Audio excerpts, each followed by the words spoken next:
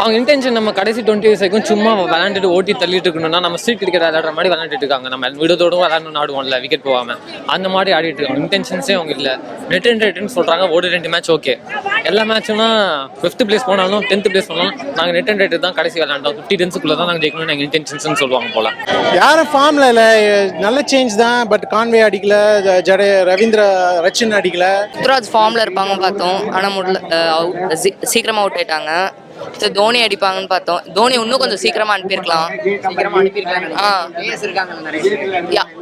ஜடேஜா அனுப்புனாங்க, ஒண்ணுமே அடிக்கல, சீக்கிரமா அவுட் ஆயிட்டாரு. தோனி அந்த பிளேஸ்ல அனுப்பிச்சு ஜடேஜா லேட்டா அனுப்பணும். ஆக்சுவலாக வந்து பார்த்தீங்கன்னா பவர் பிளே தான் இம்பார்ட்டன்ட். ஸோ அந்த பவர் பிளேவே சொதப்புறாங்க நம்ம சென்னை.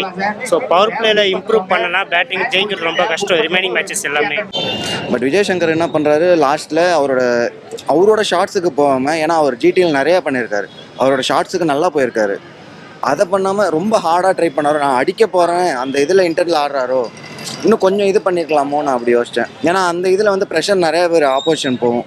தான் இருக்கும். ஆனால் வந்துட்டு நம்ம நம்புவோம், இந்த மாதிரி நம்ம கம்பேக் கொடுத்துருக்கோம். ஒரு 3-4 மேட்சஸ் வந்து தோற்றுருக்கோம், கம்பேக் கொடுத்துருக்கோம்.